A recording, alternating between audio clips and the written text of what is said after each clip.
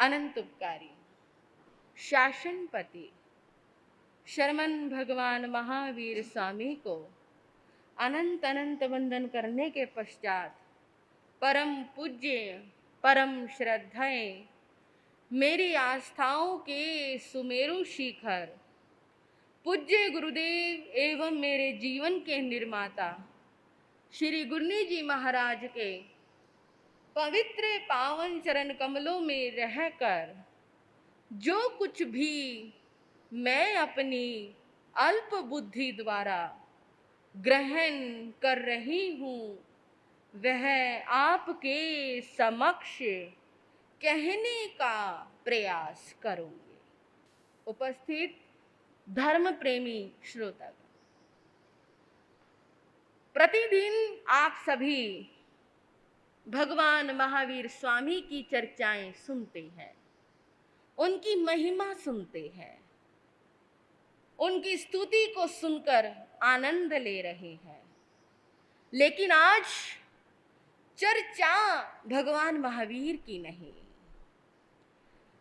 भगवान महावीर के शासन में विचरण करने वाली श्राविकाओं की चर्चा हो गई।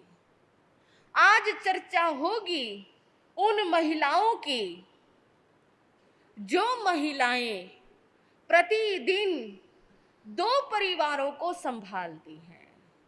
आज चर्चा होगी उन युवतियों की जिन्होंने भारत में ऐसा कोई पद नहीं जो उन्होंने प्राप्त ना किया हो, प्रत्येक पद प्राप्त करके जिन्होंने भारत का गौरव बढ़ाया है। नारी का जीवन रेल की पटड़ी की तरह नहीं है जिस पर सरपट जिंदगी की ट्रेन भागती रहे। नारी का जीवन उतार चढ़ाव है, गंगा की धार के समान है। जब हिमालय से गंगा की धार निकलकर गोमुख में प्रवेश करती है, जब वो हिमालय की चोटियों से गिरती है तो उसे कई चट्टानों से टकराना पड़ता है, भयानक जंगलों से गुजरना पड़ता है। कभी कभी रास्ते में सुंदर घाट भी दिखाई देते हैं, लेकिन कभी कभी रास्ते में कंटीले वन भी होते हैं।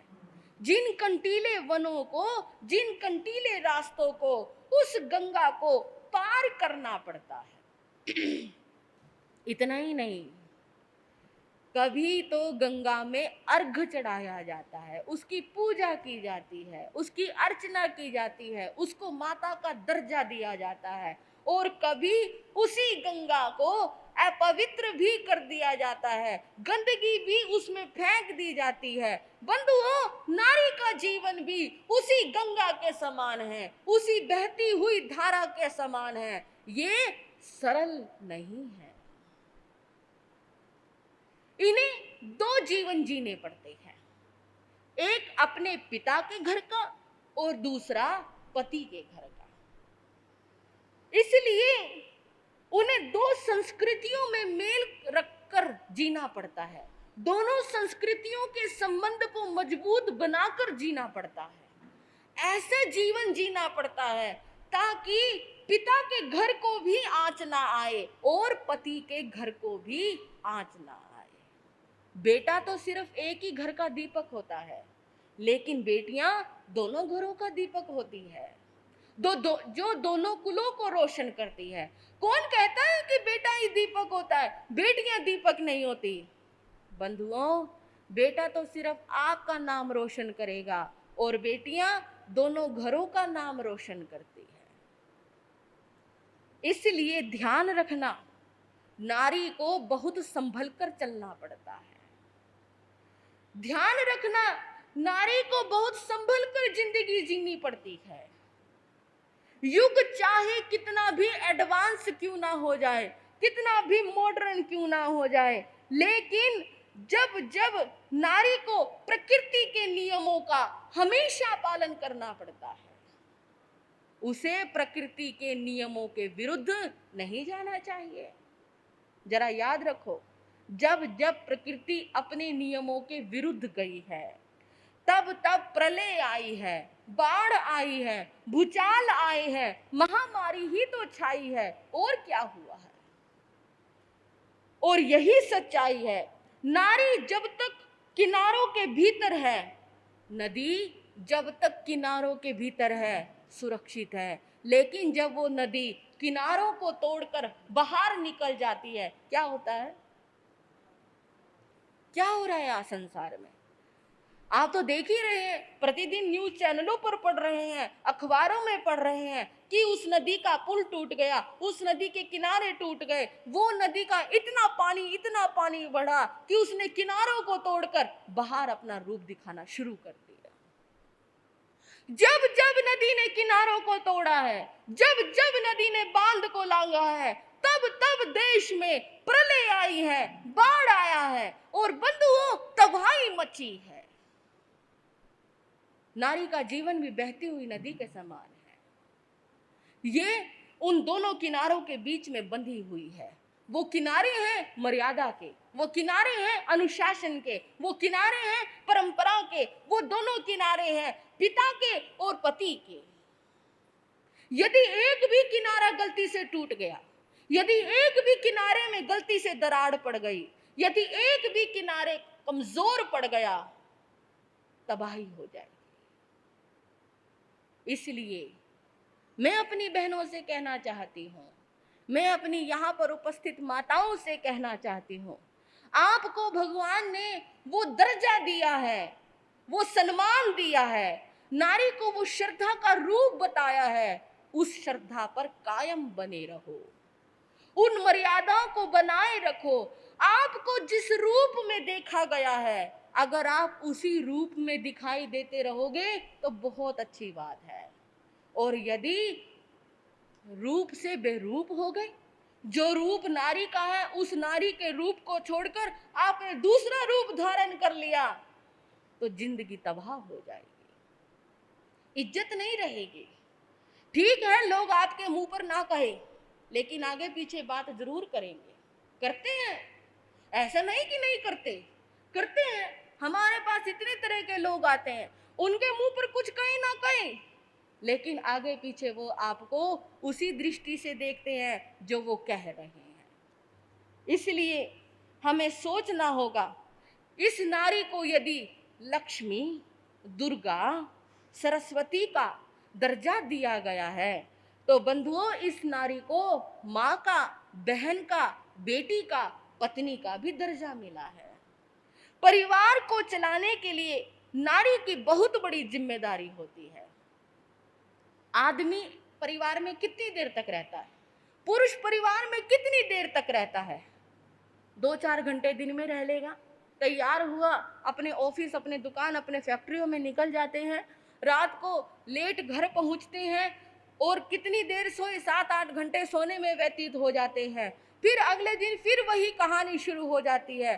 मुश्किल से पुरुष एक घर में 12-13 घंटे रहता होगा, बाकी सारा दिन वो बाहर रहता है, लेकिन वो नारी तो उस घर में 24 के 24 घंटे रहती है। 24 घंटे उसको उस घर को संभालना है, उस घर की जिम्मेदारियों को संभालना है। पुरुष का सिर्फ इतना दायित्व होता है कि वो परिवार का भरण पोषण करता है, लेकिन नारी का दायित्व तो उससे भी कई गुना ज्यादा बढ़ जाता है। कम पैसों में घर चलाना, बच्चों को पालना, उनको पढ़ाना, उनको अच्छे अच्छे संस्कार देना, सास ससुर की सेवा करना, घर के अन्य और कार्य करना, एक नारी के कितने काम बढ़ जाते हैं। बंधुओं, नारी यदि सीता है, द्रौपदी है, अनसुईया है, तारा है, झांसी है, चंदनबाला है, यदि नारी का इतिहास इतना गौरवमयी है, तो नारी मंथरा भी थी, नारी केकई भी थी, नारी शूर्पणखा भी थी। मंथरा ने क्या किया, केकई ने क्या किया, इतिहास जानता है। शूर्पणखा ने क्या किया, इतिहास जानता है। इतिहास वो सब कुछ जानता है, सब कुछ देखता है।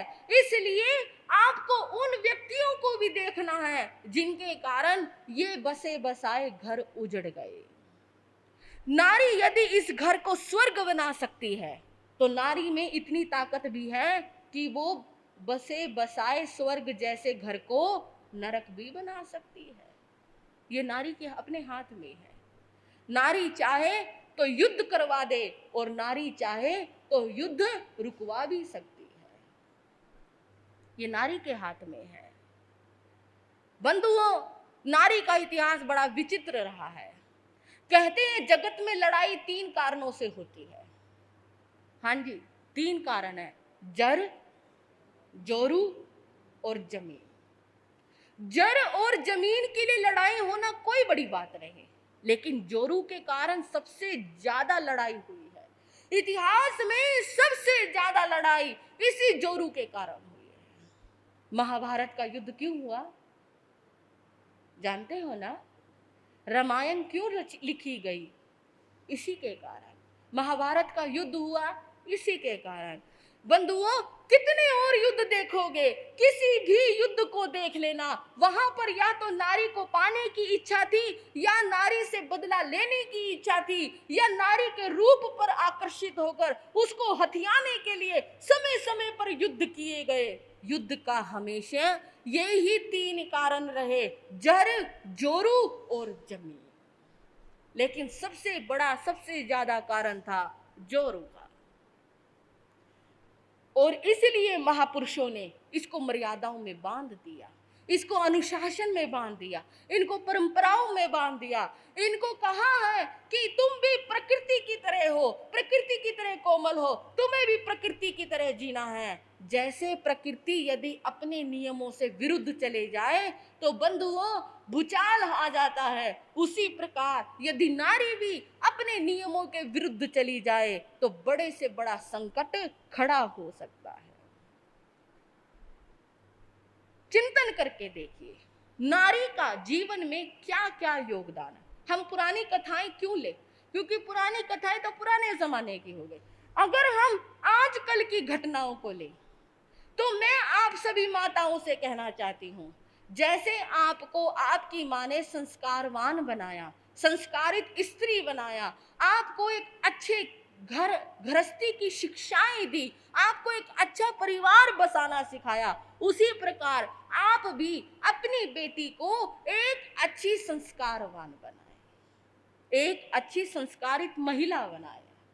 क्योंकि बंधुओं, पढ़ाई कितने दिन की, नौकरी कितने दिन की, जाना तो पराए घर ही है। आपके घर वो कितने दिन रह लेगी, उसे एक ना एक दिन आपका घर छोड़कर पराए घर तो जाना ही पड़ेगा। इसलिए मैं आपसे प्रार्थना करना चाहती हूँ कि आप अपनी बेटियों को अच्छे संस्कार देकर भेजें। उसका कारण है, आज जितने भी तलाक हो रहे हैं ना, उसमें माताओं की सबसे बड़ी भूमिका है। पहले जब माँ अपनी बेटी को घर से विदा करती थी, पिता जब अपनी बेटी को डोली में बिठाता था तो एक बात कहता था, बेटी तू दोनों कुलों की राज है, मेरा मान बढ़ाना, मेरी प्रतिष्ठा पर आंच मत आने देना। जिस घर से डोली उठी है उस घर में कभी लड़ झगड़ कर वापिस मत आना। वही तेरा परिवार है, वही तेरा ससुराल है, वही तेरे माता पिता है। इसलिए अपना स्वभाव ऐसा बनाना, यदि सामने घर परिवार अच्छा ना भी मिले तो अपने स्वभाव के अनुसार उनको भी अच्छा बना लेना, क्योंकि मैंने तुझे ऐसे संस्कार दिए हैं। याद करो सुभद्रा को, याद करो सोमा को, याद करो मृगावती को। कितना इतिहास है ऐसा अपना, जहां किन घरों में शादी हुई, उनके साथ कैसा व्यवहार हुआ, लेकिन उन्होंने अपने पिता के संस्कारों पर चलकर अपने ही ससुराल को बदल डाला। और आजकल क्या हो रहा है? आजकल हो रहा है, जब बेटी विदा होती है तो उससे एक बात कही जाती है, बेटी तेरा पीहर जिंदा है, घर में कोई बात हो जाए देर मत करना, एक फोन मिलाएगी 4 गाड़ियां लेकर आ जाएंगे। और बेटी ससुराल में जाती है, वहां पर थोड़ी सी भी बात हुई या नहीं हुई, थोड़ा सा मनमुटाव हुआ, थोड़ी सी इच्छा के विरुद्ध काम हुआ, बस पिता को फोन लगा दिया, माँ को फोन लगा दिया, माँ मैं आ रही हूं, तैयार रहना। और हम बड़ा गौरव समझते हैं इस बात में कि मेरी बेटी कुछ सहन नहीं कर सकती। नारी का तो स्वभाव ही सहना है। सहनशीलता तो नारी का सबसे पहला गुण है। यदि यही खत्म हो गया तो वो नारी ही नहीं है। नारी को पृथ्वी की उपमा दी जाती है। जैसे पृथ्वी सब कुछ सहन करती है, इस नारी को भी सब कुछ सहन करना चाहिए। लेकिन नहीं, आजकल हमारी बहनों ने उनको क्या सिखाया? बंधुओं, अपनी बेटियों का घर बसने दो। सिखाना है तो शादी से पहले सिखाओ कि क्या करना है क्या नहीं करना। शादी के बाद बार बार फोन कर करके उनको सिखाने की जरूरत नहीं है। शादी हो गई, अब बेटियों से फोन कर करके पूछा जा रहा है, क्या कर रही है तू, क्या कर खा रही है? मैं खाना बना रही। तेरी सास कहाँ है? सास थाना गई है। तेरी जेठानी कहाँ है? जेठानी ऊपर बैठी हुई है। तू क्या कर रही है? मैं रसोई में खाना बना रही हूँ। फिर तुझे क्या जरूरत पड़ी खाना बनाने की? जब तेरी सास स्थानक में गई हुई है, तेरी जेठानी ऊपर बैठी टीवी देख रही है, तो खाना बनाने की जिम्मेदारी तूने ले रखी है क्या? तुझे कोई जरूरत नहीं है खाना बनाने की। ये शिक्षाएं होती हैं आजकल की माँ की। हाय मेरी बेटी पढ़ी लिखी, कोई मैंने खाना बनाने के लिए भेजी थी? किसने कहा था पढ़ाओ? जहां जाओगी वहां तो वही संस्कार। क्या आपने खाना नहीं बनाया यहाँ के? क्या आपने घर की जिम्मेदारियों को नहीं निभाया? क्या आपने भी वही किया जो आज आप अपनी बेटियों को सिखा रहे हैं? नहीं बंधुओं, आप जरा अपने जीवन से देखो। आज आप इस घर में बसे हुए हो तो ये आपके माता पिता के संस्कार है। लेकिन आज अधिकतर अदालतों में यदि कोई केस आते हैं तो वो केस आते हैं तलाक के। गुरु जी के पास एक वकील आया, कहने लगा, गुरु जी ने पूछ लिया, भाई क्या करते हो, क्या देखते हो? कहने लगे, जी मैं सबसे ज्यादा तलाक के केस देखता हूँ। कहने लगा, भाई तलाक के? जैन होकर? कहने लगे, घर जोड़ने की बात करा कर भाई, घर तोड़ने की बात क्यों करता है? कहता, गुरु जी यही तो नहीं पता आपको। कह रहे, जी कोर्ट में सबसे ज्यादा केस ही तलाक के आते हैं। और केस तो आजकल आते ही नहीं। और केस तो यूं ही पैसे ले दे के संभल जाते हैं। लेकिन हमारी अदालत में अभी भी 1200 केस पेंडिंग है तलाक के जो चल रहे हैं। हैरानी होती है इस बात की। जानते हो क्यों हैरानी होती है? अगर हमारी बेटी जहां पर शादी हुई है, यदि उसका पति उसको सुबह सुबह चाय बनाकर दे, उसको शॉपिंग में लेकर जाए, शॉपिंग करने के लिए लेकर जाए, उसको फिल्म दिखाने के लिए लेकर जाए, घर में छुट्टी वाले दिन उसका हाथ बटाए और अपने सास ससुर का ख्याल रखे और आपकी हर तरह से इज्जत मान रखे, तो आप क्या कहोगी? जी मेरा दामाद ना लाखों में एक है। इतना ख्याल रखता है, इतना ख्याल रखता है मेरी बेटी का, फूलों पे रखता है। और यदि यही काम आपका बेटा करे तो?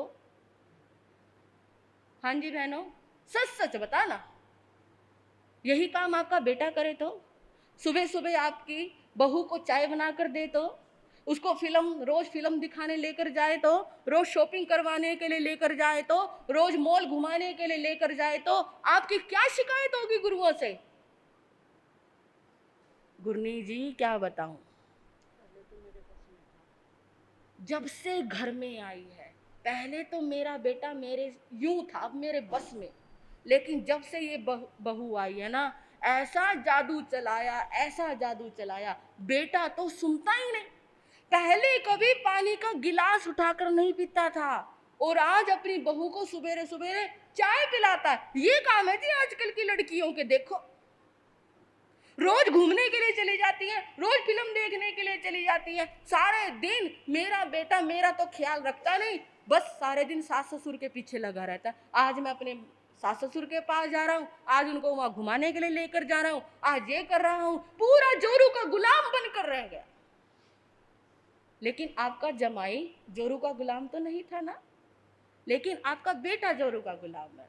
यही बात यही बात दो परिवारों को अलग कर देती है। जिस दिन आप अपनी बहू को बेटी समझ लोगे ना, उस दिन सारी शिकायतें खत्म हो जाएगी। लेकिन आज तक हम उन्हें अपनी बेटी समझ ही नहीं पाए। हमने उनको सिर्फ बहू की दृष्टि से देखा, लेकिन बहू भी किसी का घर छोड़ कर आई है, भरा पूरा परिवार छोड़कर आई है। जिस घर में वो 25-30 साल रहती है, उस घर को एकदम छोड़कर आ जाती है। किन उम्मीदों से आती है? आगे मुझे जो माँ बाप मिलेंगे वो मुझे माता पिता की तरह प्यार देंगे, आगे जो देवर जेठ मिलेंगे वो मुझे भाई की तरह प्यार देंगे, जो मेरी ननंद होगी वो मुझे बहन की तरह प्यार देंगे। लेकिन वो ये सब कुछ सोच रही है। लेकिन अगर आप भी यही सोच लो तो बंधुओं, आधे तलाक के केस तो यूं ही खत्म हो जाए। लेकिन नहीं होते, क्योंकि सोचने की बात है, क्योंकि हम बहू को बेटी नहीं बनाकर रखते। बेटी को सब कुछ दर्जा दे दे, सब कुछ मिल जाए, लेकिन बहू को वो सब कुछ नहीं मिलना चाहिए। एक बहन गुरनी जी के पास आई,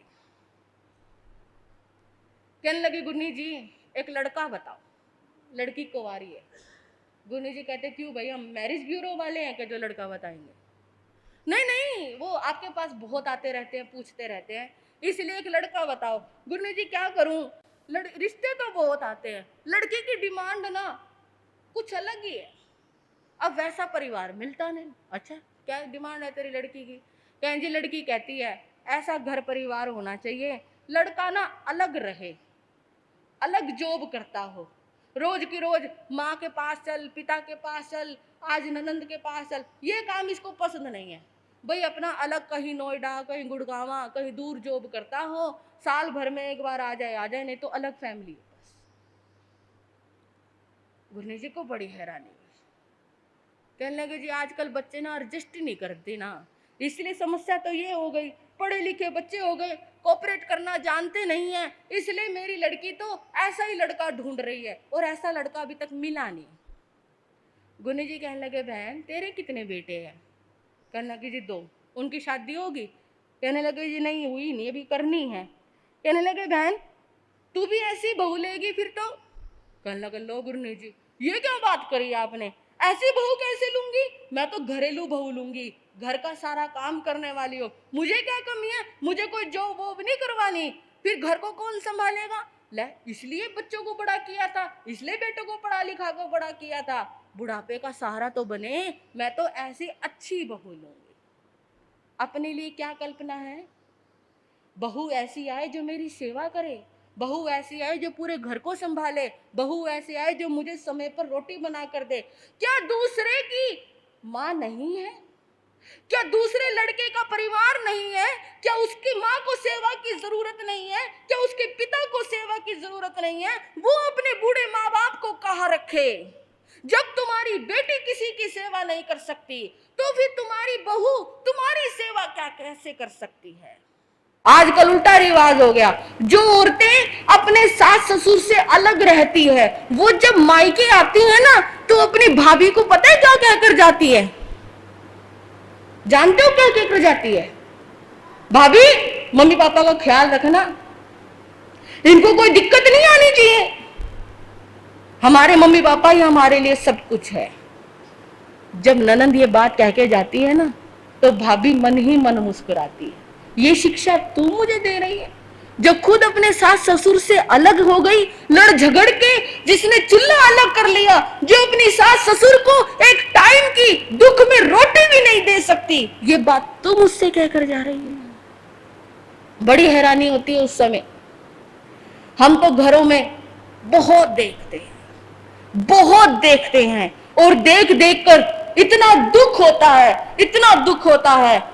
25-30 साल का वो लड़का पला पलाया, पढ़ा लिखा कर, अच्छी नौकरी लगवाकर माता पिता सौंप देते हैं एक लड़की को, ये सोचकर कि ये इसका भी घर बसाएगी और हमारा भी घर बसने देगी। लेकिन किस तरह की शिक्षाएं आजकल बच्चों को मिल रही है, जिस तरह की शिक्षाएं आजकल बच्चों को मिल रही है, उस शिक्षाओं के कारण वो लड़की घर जाते ही सास होवे चंगी, हाँ जी, सास होवे चंगी नहीं तो फोटो होवे और उस पर फूल माला हो बहुत बड़ी सी, ये हाल हो गया। ये संस्कार है आजकल माता पिता। आप कहोगे इसमें हमारा क्या दोष है? दोष है आप ही का तो दोष है, और किसका दोष है? आपने बचपन से अपने बच्चों को सिर्फ यही सिखाया, पढ़ ले पढ़ ले पढ़ ले, लिख ले, जॉब कर ले, ये कर ले, वो कर ले। सिखाया क्या? तुझे ससुराल भी जाना है, तुझे घर बसाना है, तेरे ऊपर और भी जिम्मेदारी आएंगी। क्या सिखाया आपने उन बच्चों को? सिखाया नहीं। सिर्फ पढ़ ले, जॉब कर ले, और बेटा विदेश जाके सेट हो जा, बस। याद रखना, जो माता पिता अपने बच्चों को संस्कार नहीं देते, वो अंतिम संस्कार के लिए भी तरसते रह जाते हैं। उनके बच्चे अपने माता पिता का अंतिम संस्कार तक नहीं करते। जो बहनें अपने बच्चों को विदेश भेजकर गौरव महसूस करती है, याद रखना वो माताएं, उन माताओं को दूसरों के कंधों पर सवार होकर शमशान में जाना पड़ता है। उनके खुद के बच्चे उनको कंधा देने के लायक नहीं रहते। ये किसने सिखाया? माता पिता का सबसे बड़ा रोल माँ का होता है बच्चों को विदेश भेजने में। बच्चे ने कह दिया, माँ बिखर गई कि ठीक है भाई, मेरा बेटा तो मेरी बेटी तो विदेश जाएंगी। जो घर में पानी का गिलास उठाकर ना पीता हो, जो घर में अपना काम खुद ना कर सकता हो, जो घर में आपके कहे अनुसार नहीं चल सकता हो, वो विदेश जाकर क्या करेगा? सोचने वाली बात है। अपने देश में क्या कमी है जो हम अपने बच्चों को विदेश सेटल करने की सोच रहे हैं? बंधुओं, चिंतन करके देखो, जो अपने देश में सेट नहीं हुआ, अपने घर परिवार में सेट नहीं हुआ, अपने धर्म में सेट नहीं हुआ, वो विदेश जाकर सेट हो जाएगा। पहले कभी कोई विदेश जाता था तो मातम मनाया जाता था, अब कोई विदेश जाता है तो खुशियां मनाई जाती है।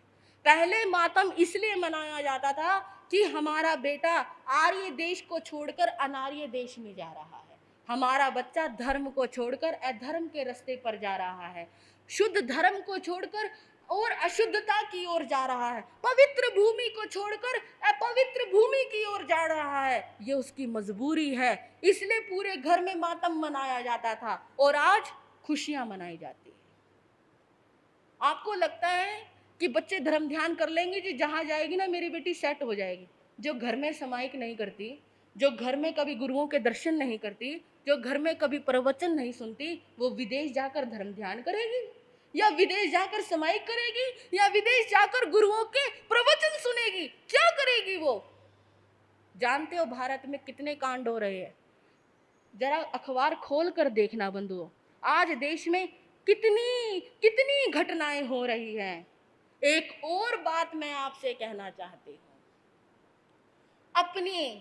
अपनी लड़कियों को, वो बंधुओं हीरा है, हीरा तिजोरी में अच्छा लगता है, अगर हीरे को बाहर निकाल दिया जाए ना, वो चोरी हो जाता है, उसके ऊपर खतरा मंडराने लग जाता है। नारी की इज्जत, नारी का शील भी उस हीरे के समान है। अगर ये तिजोरी में बंद रहेगा तो ठीक, अगर जिस दिन ये तिजोरी से बाहर आया उसी दिन खतरे की घंटी बन जाएगा। घर में पाश्चात्य संस्कृति को मत आने दो। आज देश में जितनी घटनाएं हो रही है, एक लड़की साक्षी दिल्ली में, उसके प्रेमी ने 21 बार चाकू उसके पेट में मारे। 21 बार कम है क्या? सड़क पर आते जाते लोग देखते रहे, आदमी इतने बड़े बड़े गुजर रहे थे, किसी की हिम्मत नहीं हुई कि उसको रोक दे, पकड़ दे, उसको किसी तरह समझाए, प्रयास करे, उसके ऊपर वार करे, किसी की हिम्मत नहीं हुई। अगर ऐसे में अपनी बहन बेटी हो तो क्या इंसान यूं ही देखता रहेगा? श्रद्धा, एक लड़की जो कहती है ये मेरा प्रेमी है, अब्दुल मेरा प्रेमी है, कहाँ श्रद्धा, जिसको श्रद्धा की दृष्टि से देखा जाता था, कहाँ एक वो अब्दुल, और किस तरह संबंध जुड़े, किस तरह अब क्या हुआ, और देखते ही देखते उसी अब्दुल ने उस लड़की के 32 टुकड़े कर दिए। 1 या 2 नहीं, 32। किसकी कमी है ये? आपके संस्कारों की कमी है, ये आपके संस्कारों की, आपके अनुशासन की कमी है। ये एक और केस पढ़ने में आया, इसी साल के केस सुना रही हूँ, ज्यादा पुरानी घटना नहीं सुना रही। एक प्रेमी ने अपनी एक प्रेमिका के 90 टुकड़े किए, 90 टुकड़े कर कर उनको भून कर कुत्तों को खिलाया। किसकी कमी है ये? क्या सिखाते हैं आप अपने बच्चों को?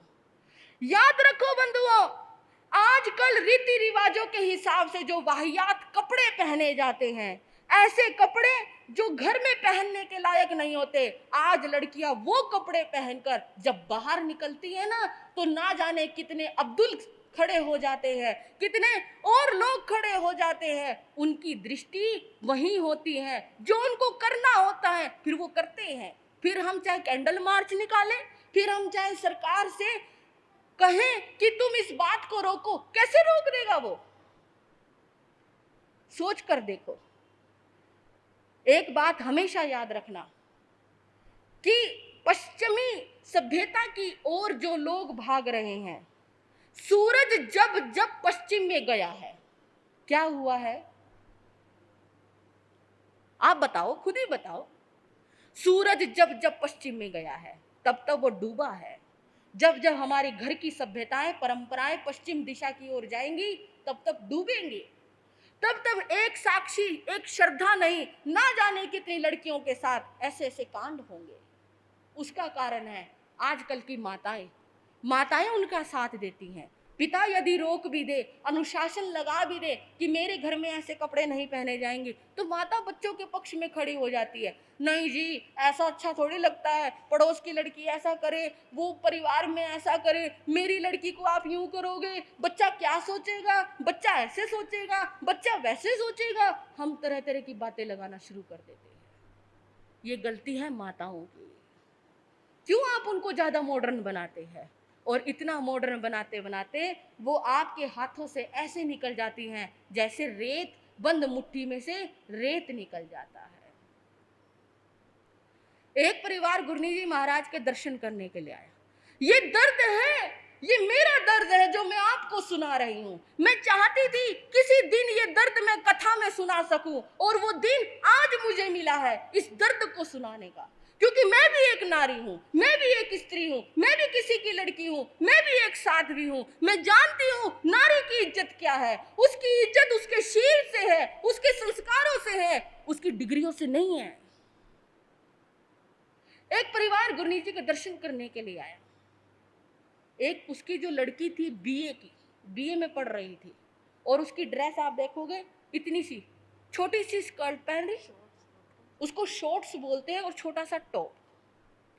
जब वो लड़की ने घर में एंट्री की दर्शन करने के लिए, एक बार तो मन किया मैं उसको रोक दूं, भाई तुम अंदर मत आओ, लेकिन रोकू भी कैसे, इतनी भी हिम्मत मेरे अंदर नहीं थी। वो आई, दर्शन करने लगी। किस चीज को ढके, किस चीज को ढके? वो जब पहने कुछ नहीं रखा तो ढकेगी किस चीज को? गुरनी जी और मैं देखते रहे। जिस लड़की को देखने में हमें दिक्कत हो रही थी, क्या उस लड़की जब वो बाहर निकली होगी, क्या लोगों को दिक्कत नहीं हुई होगी? पिता को, जिस पिता के साथ आई है, क्या उस पिता को दिक्कत नहीं हुई होगी? लेकिन माँ को कोई चिंता नहीं। माँ बड़ी खुश है अपने बच्चों को ऐसे कपड़े पहनाकर। गुरनी जी ने उसके पिता को टोक दिया, कहते भाई साधु साध्वियों के पास दर्शन करने के लिए लेकर आओ तो बच्चों को सभ्य कपड़े पहनाकर लेकर। कहते गुरनी जी क्या करूं, इसकी माँ तो नहीं मानती, इसने बिगाड़ रखे हैं ये सारे के सारे। कहते मैं टोक देता हूँ, रोक देता हूँ, तो ये बच्चे भी रो रो कर सारा घर सिर पर उठा लेते हैं, ऊपर से माँ इनको तवज्जो देने लग जाती है। मैं क्या करूं? चिंतन करके देखो। फिर उन बेटियों के साथ यदि कल को कोई हादसा हो जाए तो सामने वाला बुरा हो जाता है, सरकार बुरी हो जाती है, लड़के बुरे हो जाते हैं। नहीं, कहीं ना कहीं गलतियां हमारी भी होती है। बंधुओं, ताली एक हाथ से नहीं बजती, ताली दोनों हाथों से बजती है।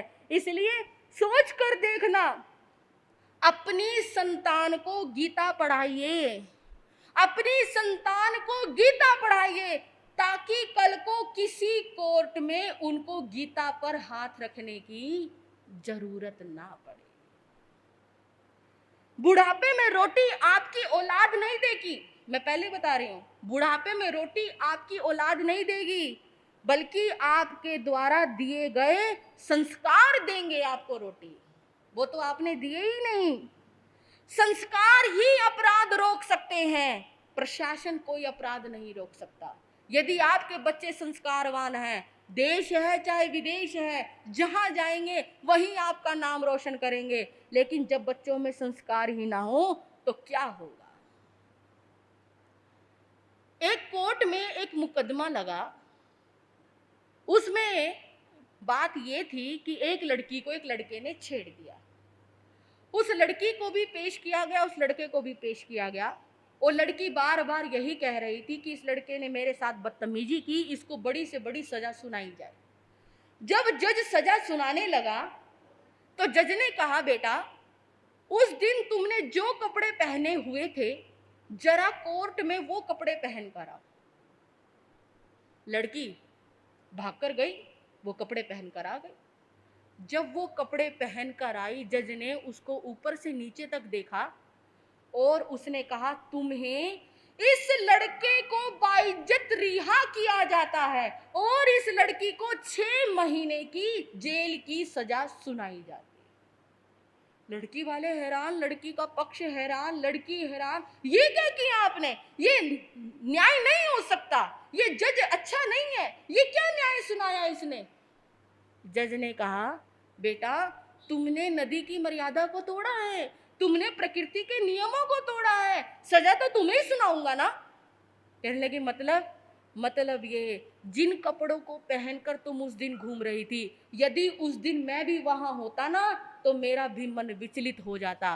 फिर ये तो नवयुवक है, ये तो जवान है, इसका मन विचलित हो गया तो कौन सी बड़ी बात है, इसमें गलती इसकी नहीं, गलती तेरी है, तेरे कपड़ों की है, तो सजा भी तुझे ही मिलेगी।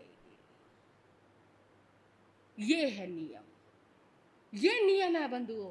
किस पाश्चात्य संस्कृति की ओर भाग रहे हो आप? किस पाश्चात्य संस्कृति को ढूंढ रहे हो आप? किस पाश्चात्य संस्कृति को अपनाने की कोशिश कर रहे हो आप?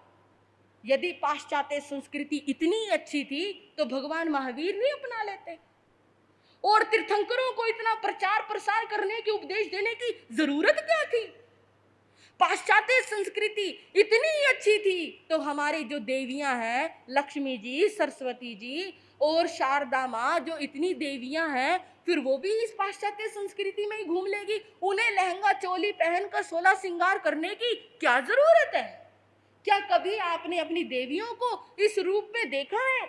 नहीं देखा। संस्कार ऐसे होने चाहिए आपके बच्चों के मनों में, जो संस्कार आपका घर छूटने के बाद भी ससुराल में जाकर वो संस्कार हमेशा हमेशा के लिए बने रहे।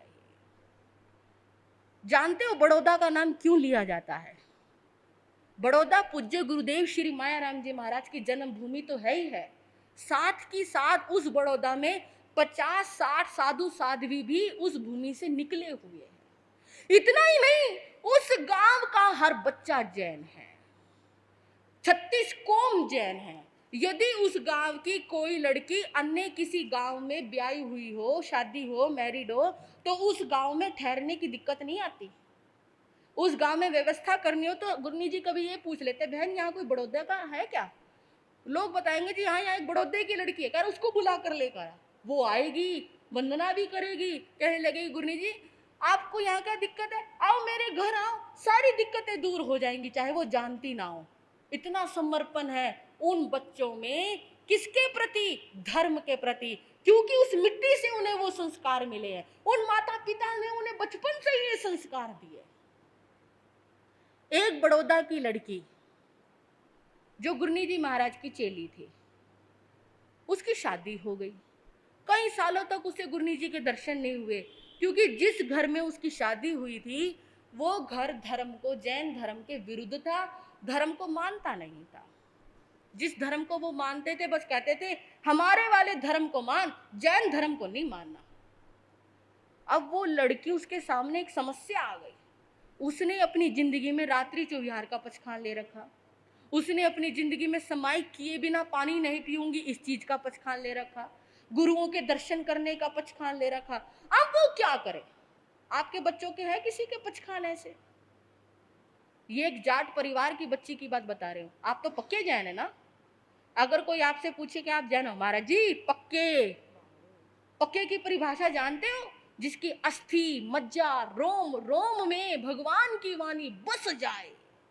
ये पक्के जैन वो जैन होते हैं जो मरने के समय भी यूं कहे, मैं जैन था, जैन हूं और जैन रहूंगा। वो होते हैं पक्के जैन। बंधुओं, अब उस लड़की ने एक दिन देखा, 2 दिन देखा, धीरे धीरे उसने अपने पति को समझाना शुरू किया।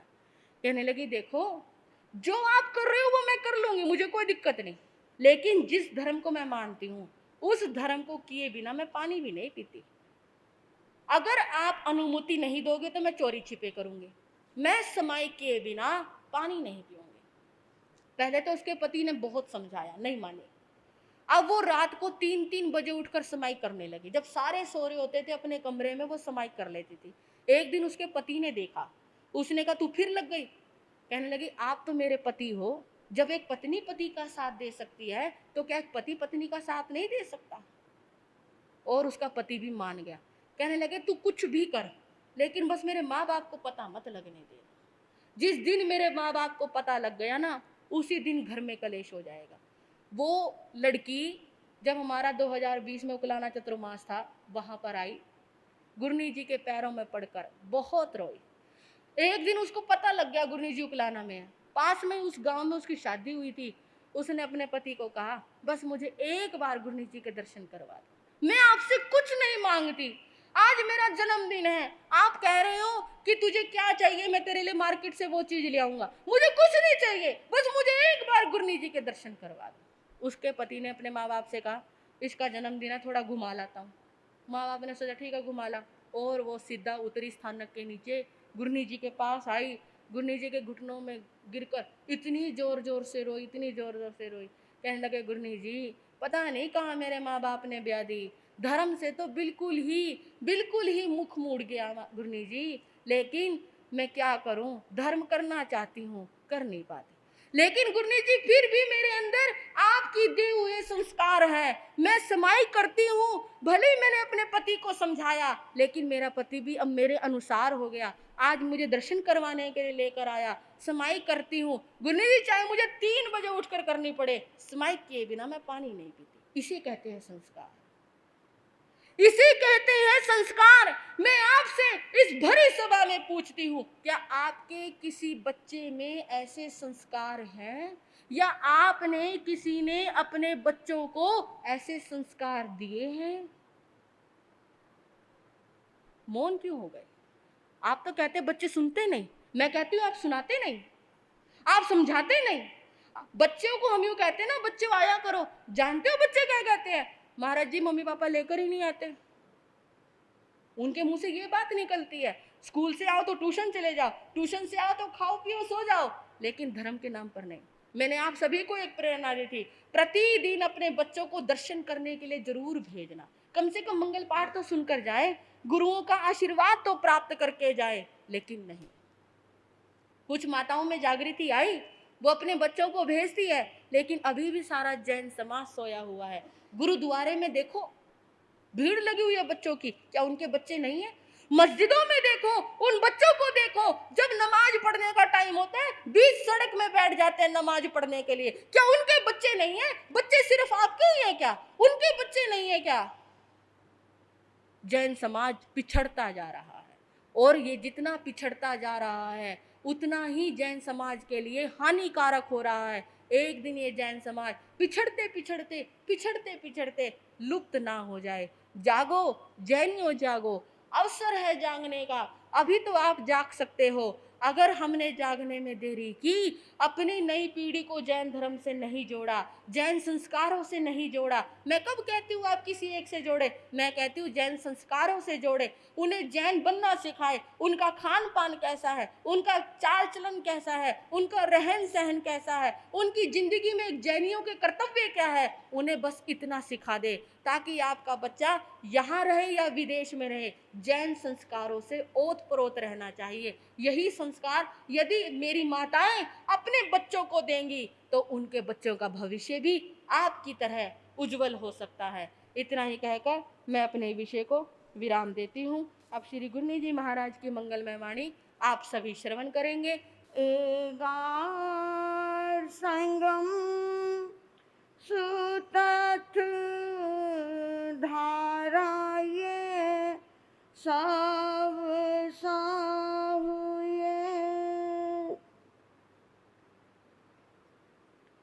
धर्मानुरागी सुश्रावकगण एवं शीलवती बहिनों, परम आराध्या, परम पूजनीया श्री गुरनी जी महाराज के श्री चरणों में रहकर जो कुछ मैं ग्रहण कर रही हूँ आपके समक्ष कहने का प्रयास करूँ।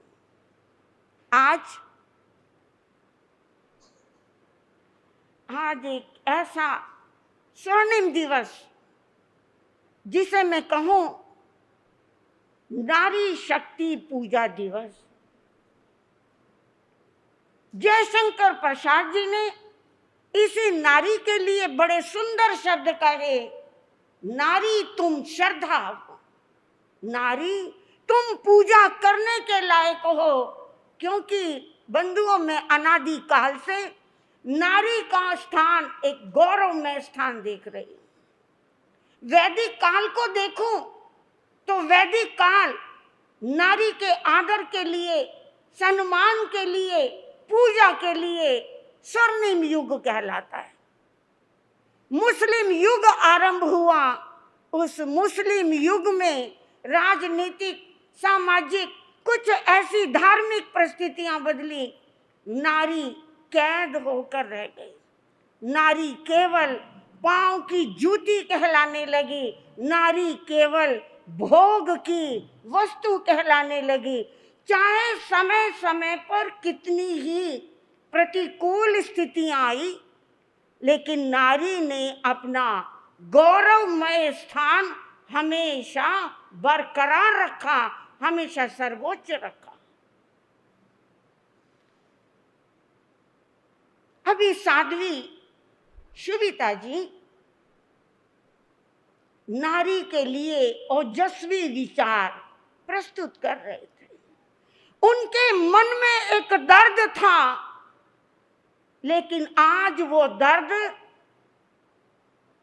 जुबान से बह रहा है। हर बात में दोषी स्त्री को समझा जाता है। घर बिगड़ गया, नारी ने बिगाड़ दिया। बच्चे बिगड़ गए, औरत ने बिगाड़ दिए। सारा दोष औरत का। मैं एक सवाल करती हूं आपसे, जब लड़की का जन्म होता है, क्या आपके घर में खुशियां मनाई जाती हैं? सबसे पहले घर में मातम सा छा जाता है। एक समय होता था जब लड़के का जन्म होता था, मतलब मैं यूं कह दूं, मेरे भाइयों, जब आपका जन्म हुआ था तो क्या हुआ? घर में जब आपका जन्म हुआ तो आपके जन्म पर खुशियां व्यक्त करने के लिए गली में, घर में, मोहल्ले में थाल बजाए गए थे। और जब घर में किसी लड़की का जन्म होता था, थाल तो बहुत दूर है, थाली या प्लेट बजाना तो बहुत दूर है, टूटा हुआ ठीकरा भी नहीं बजाया गया। जैसे जैसे वो लड़की बड़ी हुई, उसे हर बात पे एक ही प्रतिबोध मिला, उसे एक ही उद्बोधन मिला, सीख ले, कर ले, मान जा, पराए घर जाना। लड़की युवा हुई, उस लड़की को ससुराल भेज दिया गया। उससे रसोई में कोई खाना गलत बन गया, सब्जी में नमक या मिर्च ज्यादा डल गया, चलो नमक मिर्च की बात छोड़ो, रोटी अगर गोल नहीं बनी, हाँ जी मेरी बहनों, क्या कहा गया उसे? चल छोड़, पराई जाई है, पराए घर से आई है। पति के घर उसे वहां भी पराया सुना गया। उसके बाद वो थोड़ी और बड़ी हुई, अधेड़ उम्र आ गई, उसके सिर से उसके पति का साया उठ गया। अब वो घर किसका कहलाया? हाँ जी मेरे भाइयों, संकोच मत करो, वो घर कहलाया उसके बेटे का। अब घर में राज है उसके बेटे का। अब बेटा माँ को घर में रखे अथवा ना रखे, अब उस माँ को भेज दिया जाता है ओल्ड होम में, क्योंकि अब उस बूढ़ी स्त्री को घर में रखने से बेटे की इज्जत खराब होती है। उसके लड़के के दोस्त आते हैं, उसके ऑफिस से उसके क्लाइंट आते हैं, घर में बूढ़ी औरत घूमती है तो बेइज्जती का कारण बनती है। यहाँ वो स्त्री कौन से घर को अपना घर माने? क्या पिता का घर उसका अपना है? क्या पति का घर उसका अपना है? क्या वो पुत्र का घर उसे वो अपना कह सकती है? आखिरकार ओल्ड होम के एक पुराने से बेकार से कमरे को ही जब अपना घर कहना है, फिर उस औरत से, उस स्त्री से, उस बहन से, उस बेटी से हम ये इच्छा करते हैं तुम देहली का दीपक बनो। जैसे कमरे के बीच में रखा हुआ जलता हुआ दीपक कमरे में भी रोशनी करता है और कमरे से बाहर भी रोशनी वो दीपक करता है। फिर भी नारी यहाँ भी सहन करती है, यहाँ भी वो अपने पिता की, अपने पति की, अपने पुत्र की लाज रखती है और दम घोटकर वो जीवन जीती है। इसीलिए कहा गया नारी जीवन झूले की तरह, इस पार कभी उस पार कभी। इतना होने के बाद भी वो नारी कभी शिकायत नहीं करती। हर शिकायत भरे माहौल में वो चुपचाप अपने होठों को सील कर जीवन जीती है। उसे कभी अपने पिता को उद्बोधन देना पड़ जाए, सोते हुए पिता को जागृत करना पड़ जाए, वो बेटी जगाती है। अगर कभी गुमराहा पति को जगाना पड़ जाए तो ये नारी जगाती है। अगर कदाचित भूल से उसका जेठ, उसका देवर अगर गुमराहा हो जाए, वो हाथ पकड़कर उसे पाप के गड्ढे में से निकालती है। चाहे पति हो, चाहे देवर जेठ हो, चाहे ससुर हो और चाहे हो पिता, हर किसी को जगाने की जिम्मेदारी इस नारी ने ली है। लेकिन कभी कभी बहुत सहन करते करते ये नारी भी टूट जाती है। उस टूटने के पीछे कारण ये नारी ही है। अगर नारी को नारी ने सद शिक्षा दी होती, अगर मेरी माताओं ने बचपन से इन बच्चियों को, इन बेटियों को, इन बहनों को सद शिक्षा दी होती तो घर के अंदर कोहराम ना होता। मकान में बहुत सारे पुरुष रहते हैं, लेकिन उसे मकान कहा जाता है, घर नहीं। घर तब बनता है जब उस मकान में एक स्त्री आ जाती है। यूं तो इंटीरियर डेकोरेशन का कोर्स पुरुष करता है, घर को कैसे सजाया जाए, घर में पर्दे कैसे लगाए जाएं, घर में सोफे कैसे बिछाए जाएं, उसके बावजूद भी अगर घर में झाड़ू लगानी है तो ये काम कौन करेगा? अगर घर में पोछा लगाना है, डस्टिंग करनी है, रसोई में खाना बनाना है, बंधुओं बहुत दूर नहीं, जब ये बहनें सावन के महीने में अपने पीहर चली जाती हैं तो क्या दशा होती है?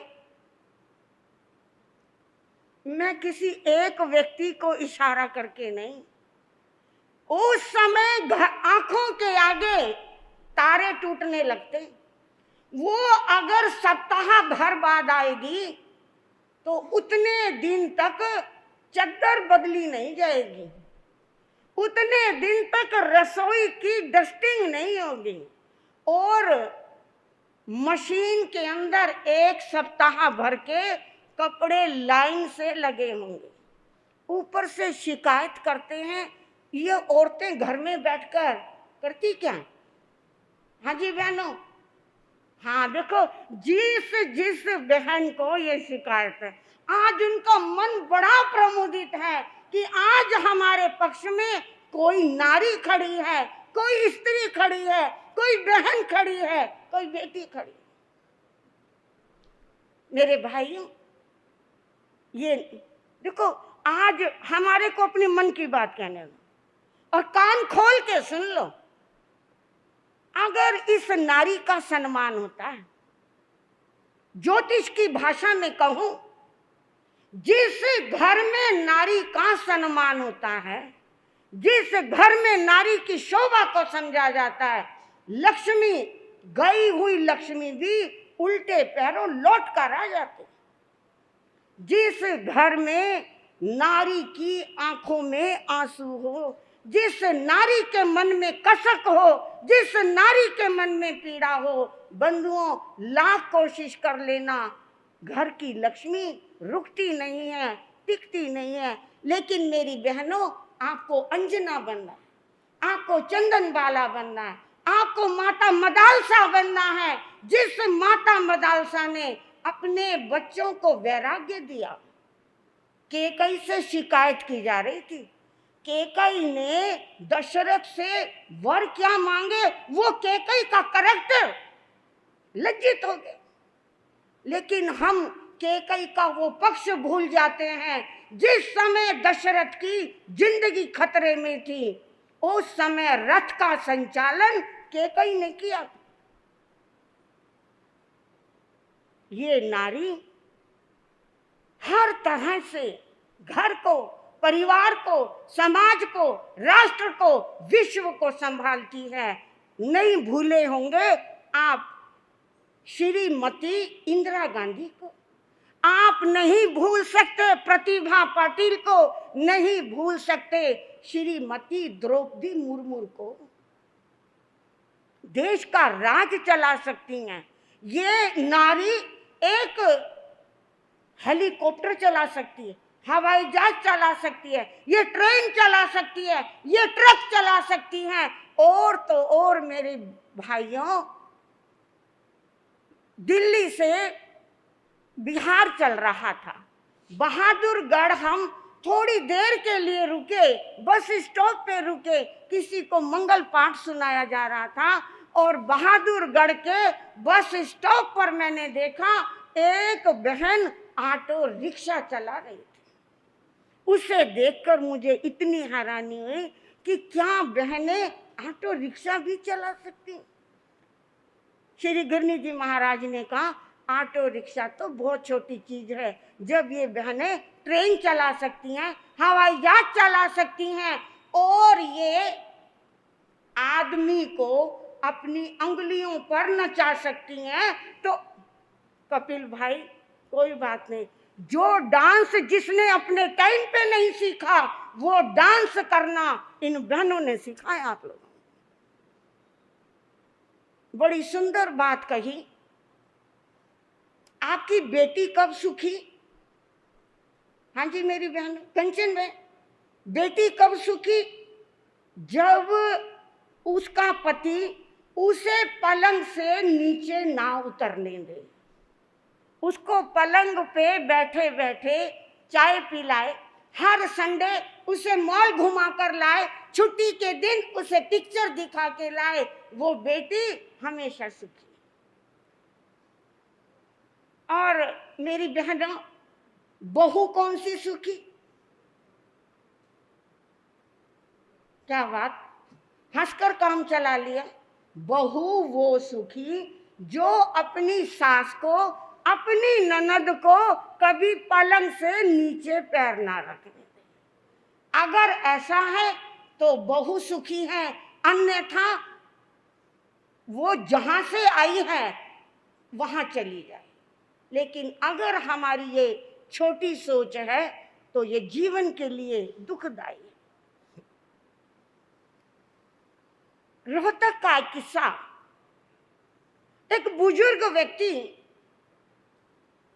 गुरनी जी महाराज का यश सौरभ सुनकर गुरनी जी महाराज के चरणों में आया और कहने लगा, गुरनी जी महाराज, आप बहुतों की बिगड़ी बनाते हो, महाराज मेरे भी दिन फिर जाएं, कुछ कृपा करो। गुरनी जी महाराज कहने लगे, क्या बात? कहने लगा, मेरी दोहित्री, मेरी नातिन कई महीने से अपने पीहर आई हुई है, ससुराल नहीं जाती, आप कुछ कृपा कर दो, कोई मंत्र दे दो जिससे वो अपने ससुराल चली जाए, अपना घर बसा ले, नहीं तो महाराज तलाक तो लेना ही पड़ेगा। गुरनी जी महाराज ने कहा, रिश्ता बड़ा नाजुक होता है, इस रिश्ते को जोड़ना मुश्किल है, तोड़ने में तो 1 मिनट लगता है, जोड़ने की बात सोचा करो। अच्छा, आप उस लड़की को एक बार दर्शन करवाना, मैं देखती हूं कि वो लड़की तलाक लेना चाहती है या वो रिश्ता जोड़ना चाहती है। श्री गुरनी जी महाराज के पास वो लड़की आई। गुरनी जी महाराज ने उससे बड़े प्रेम और प्यार से पूछा, बेटा क्या दिक्कत है? मुझे कोई दिक्कत नहीं है, बस घर के अंदर कभी कभी वातावरण इतना गर्म हो जाता है माँ और बेटे के कारण, और उनका गुस्सा मेरे ऊपर उतरता है। एक दिन गुरनी जी महाराज, मैं रसोई में काम कर रही थी, माँ और बेटे में झगड़ा हुआ, सास ने वो सारा गुस्सा मेरे ऊपर उतारा और उबलती हुई चाय मेरे ऊपर फेंक दी। उस बहन ने अपने कपड़े हटाकर श्री गुरनी जी महाराज को दिखाया कि गुरनी जी महाराज, मेरे साथ वहां पशुता का वातावरण होता है, जब जिसके जो जी में आया, जो हाथ में आया वही उठाकर मार देते हैं। बहुत दिन तक तो मैंने सहन किया, लेकिन अब मेरी सहनशीलता घटती जा रही है। फिर मुझसे भी कभी कभी आगे बोला जाता है, उल्टा जवाब दिया जाता है। गुरनी जी महाराज, मैं ये तो नहीं चाहती तलाक हो, लेकिन तलाक के सिवा और कोई चारा मुझे नजर नहीं आता। वो झूठ बोल कर ले जाते हैं और फिर वहां ले जाकर फिर वही अत्याचार, वही जुल्म ढाने का काम फिर चालू हो जाता है। गुरनी जी महाराज ने उस बच्ची की सारी कहानी को सुना, जिस कहानी को मेरी बहनों मैंने आराम से सुना दिया, आपने हाथ पे हाथ रखकर सुन लिया, लेकिन जो उस दौर से गुजरता है, उस दौर को सहना, उस दौर से गुजरना बहुत मुश्किल होता है। गुरनी जी महाराज ने कहा, मुझे तेरे साथ पूरी हमदर्दी है, लेकिन क्या तुम एक काम करोगी? हाँ जी करूंगी। पढ़ी लिखी हो? हाँ मैं पढ़ी लिखी हूँ, बीए पढ़ी हुई हूँ और मैं पढ़ना जानती हूँ, आप आज्ञा फरमाएं। गुरनी जी महाराज ने उसे एक जाप दिया। कहने लगे, बेटा ये और कुछ नहीं करना, पवित्र वस्त्र पहनकर पूर्व दिशा की ओर मुंह करके, ना तो अपने सास की बुराई करनी है, ना अपने ससुर के लिए बुरा भला बोलना है, बस उनके लिए मंगल प्रार्थना ये करनी है कि हे प्रभु उन्हें सद्बुद्धि दो, मेरे घर में प्रेम और प्यार का वातावरण बने और मैं अपने घर शीघ्र लौट जाऊं। बेटा ये पहले 21 दिन जाप करो, 21वें दिन तुम्हारे यहाँ से टेलीफोन आएगा, लेकिन टेलीफोन सुनते हुए झुंझलाहट प्रस्तुत नहीं करनी, वही आदर से, वही मान, प्रेम और प्यार से आपने अपने ससुराल वालों से बात करनी है। और बंधुओं, सच्चाई यह है, उस लड़की को 19 दिन जाप करते हुआ था और 20वें दिन उसके ससुराल से टेलीफोन आया। ठीक हो? हाँ, गुरुओं की कृपा से मैं बिल्कुल ठीक ठाक हूँ, अपने घर में, परिवार में हर तरह से आनंद है। जवाब मिला, तुम घर लौटकर कब आ रही हो? जब तुम लेने आओ। ये बात सुनकर ससुराल वाले गदगद हो गए, नतमस्तक हो गए, और वो ससुराल वाले सारे के सारे उस लड़की को लेने के लिए आए। लेकिन लड़की ने एक शर्त रखी, मैं तुम्हारे साथ चल तो पड़ूंगी, लेकिन पहले तुम्हें मेरे साथ मेरे गुरुओं के पास चलना होगा, मेरे गुरुओं के दर्शन करने होंगे, मेरे गुरुओं के सामने आपको प्रतिज्ञा करनी होगी कि आप मुझे ले जाकर घर में कलह क्लेश नहीं करेंगे। वो लड़की अपने ससुराल वालों को श्री गुरनी जी महाराज के श्री चरणों में लेकर आई। गुरनी जी महाराज ने उस पूरे परिवार को सद शिक्षा दी, सद ज्ञान दिया और उन्हें समझाया, जो व्यक्ति अपने घर की बहू बेटी को सताया करते हैं, उनके घर से लक्ष्मी रूठ कर चली जाती है। आप अपने घर में इस बहन का पूरा मान आदर रखा करो। कोई बात होती है प्रेम प्यार से, शांति से बताया करो, क्योंकि आप इधर इसे तंग करेंगे, उधर ससुराल में आपकी बेटी तंग होगी। जैसा आप किसी और की बेटी के साथ व्यवहार करते हैं, आपकी बेटियों के साथ भी वैसा ही व्यवहार होगा। हम अपने घर में बहन और बेटियों के साथ सद्व्यवहार करें। बंधुओं, आज महिलाओं को जागने की जरूरत है। आज हर महिला का ध्यान पढ़ लिख कर नौकरी की तरफ है, लेकिन ऐसी कितनी कम महिलाएं हैं जो नौकरी की अपेक्षा सबसे पहले अपने घर को मेंटेन करने की कोशिश करती हैं, अपने बच्चों का सही पालन पोषण करने का भाव रखती हैं, अपने घर को सुरक्षित करती हैं। बंधुओं, समय हो चला, समय आएगा आपको बताऊंगी कि नारी ने अपना कहां कहां कैसे कैसे दायित्व निभाया, और ये विदुषी नारी घर को चाहे स्वर्ग बना दे, और यही विदुषी नारी अगर चंडी बन जाए तो घर को नरक भी बना सकती है, घर को तबाह भी कर सकती है। लेकिन नारी को घर तबाह नहीं करना, घर को आबाद करना है। अपने नाम के साथ जो श्रद्धा शब्द लगा है कि नारी तुम केवल श्रद्धा हो, तुम पूजा करने लायक हो, हम अपना ये पूजनीय स्थान बनाकर रखें। हम अपने लिए श्रद्धा युक्त विचार